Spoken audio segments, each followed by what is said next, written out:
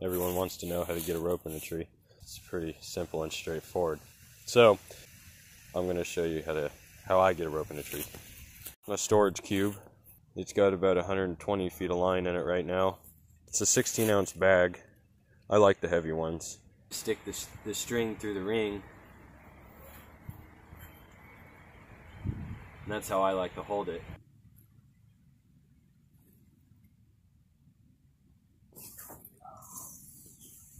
I've got it where I want it, but the bag still doesn't want to come down. Because I'm going to flick it, kind of like you would if you get a snag when you're fishing, if you fish. Anyway.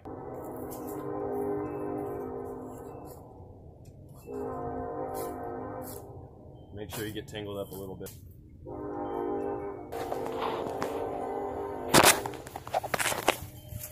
Where the bag is going to come down depends on how you want to tie your rope to the tree.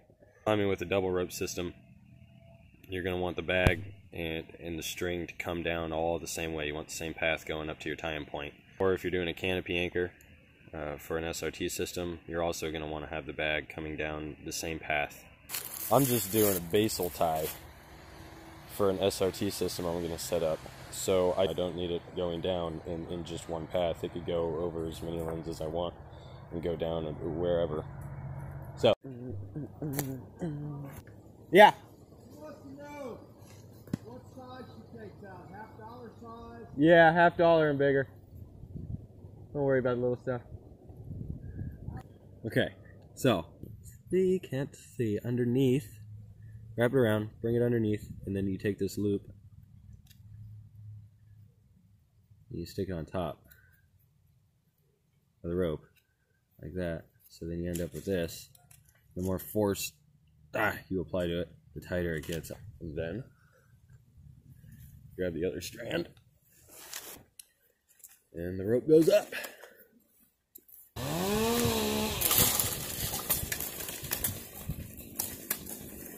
Heads up. This is how I like to tie my basal anchor. I just keep it pretty simple. I like to tie it up high as I can, because I don't want it to get cut. Accidents happen. If someone on the ground were to accidentally cut this rope, I would fall out of the tree.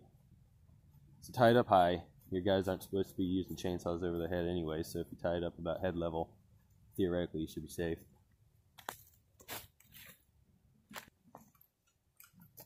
I like to start with the half hitch, and the half hitch being on top. Then you go the opposite way with the rope.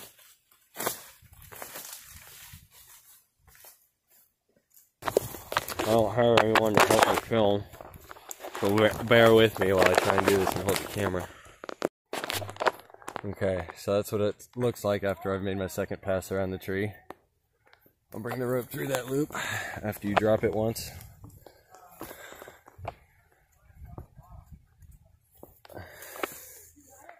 Like so. And then what I'm going to do is tie a bowline. So this will be a running bowline with a half hitch. Boom diggity. Tied my bowline, but we're not done yet.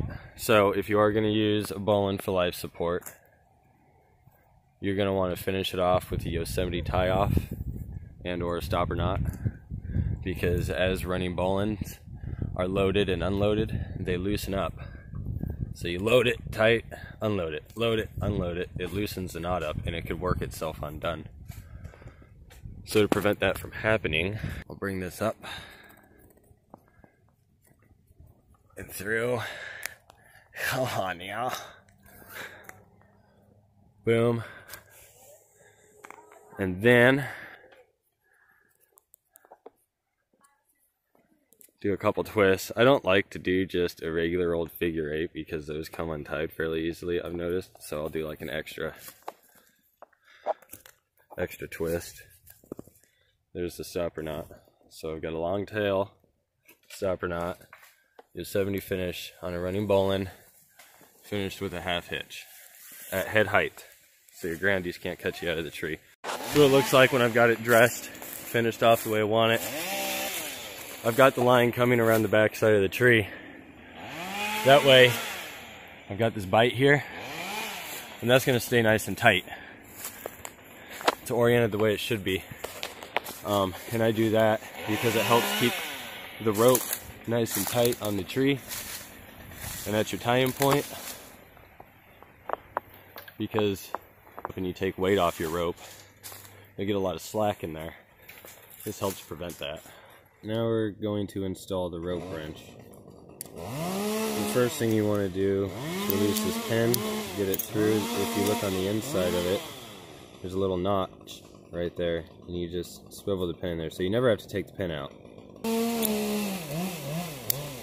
This is 11.1 millimeter Dragonfly by Teufelberger, a hitch climber pulley. I've got this Rock Exotica Rock O carabiner, and it's got this captive clip. You'll see why this is important. I install the hitch climber pulley, and a leaf. You can't see it, but I can. It's in my face. Get out of here. Alright, there. Stays in place. Makes it easier to tie your hitch. This, oh shit, all the specs are wore off of it. I don't know if I can tell you exactly what it is. Rope Logic. Oh gosh, I'm gonna be wrong if I just guess. Okay, so it is a 9 millimeter Prusik, and I believe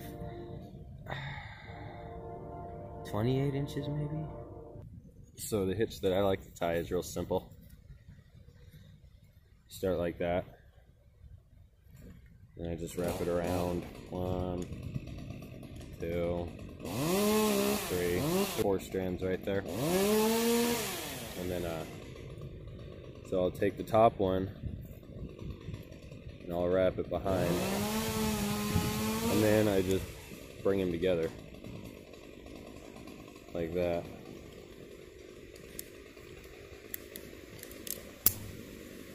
Take the clip out, and you want to grab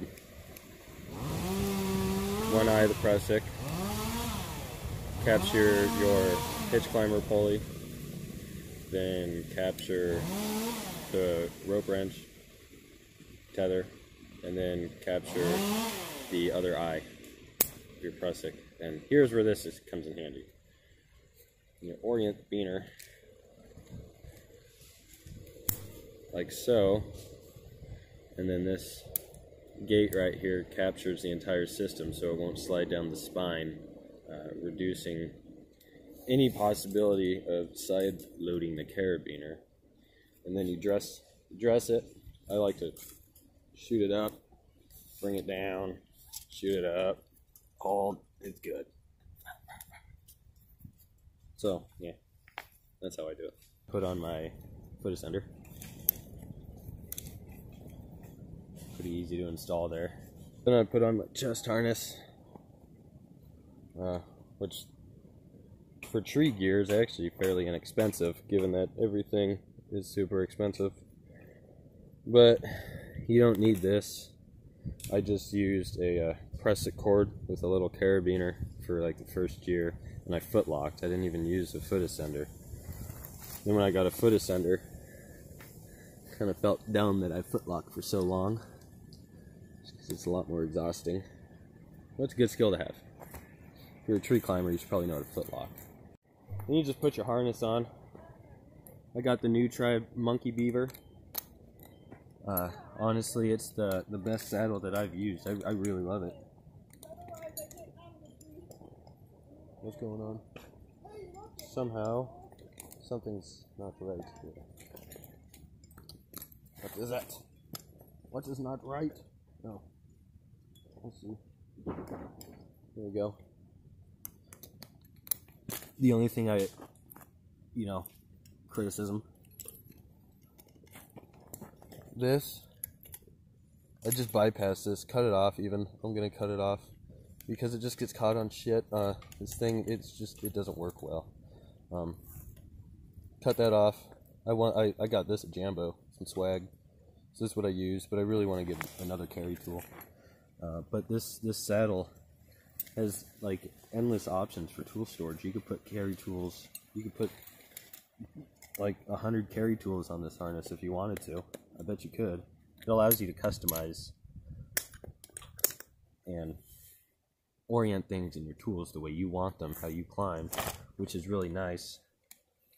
Basically, you're ready to go up in the tree. You want some weight bearing down on this so your foot ascender could slide up with ease and not bring the rope up with it. So I'll put my chainsaw on it.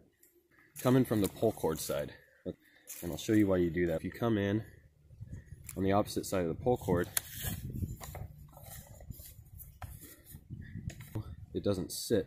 It's not like this. So it's not going to capture that rope.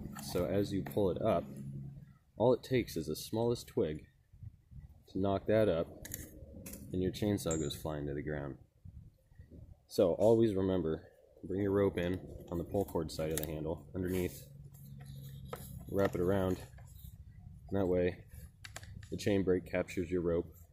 And my chainsaw is suspended above the ground, providing some weight so I could ascend easily. And then when I'm ready for the saw, I just pull it out. So, now it's time to get in the tree. Clip yourself in. Take your neck or chest harness, put that in there. And that advances the system up the rope. Take your foot ascender, install that onto the rope. Then you go up. That's it for this video. I hope it was helpful. Cheers.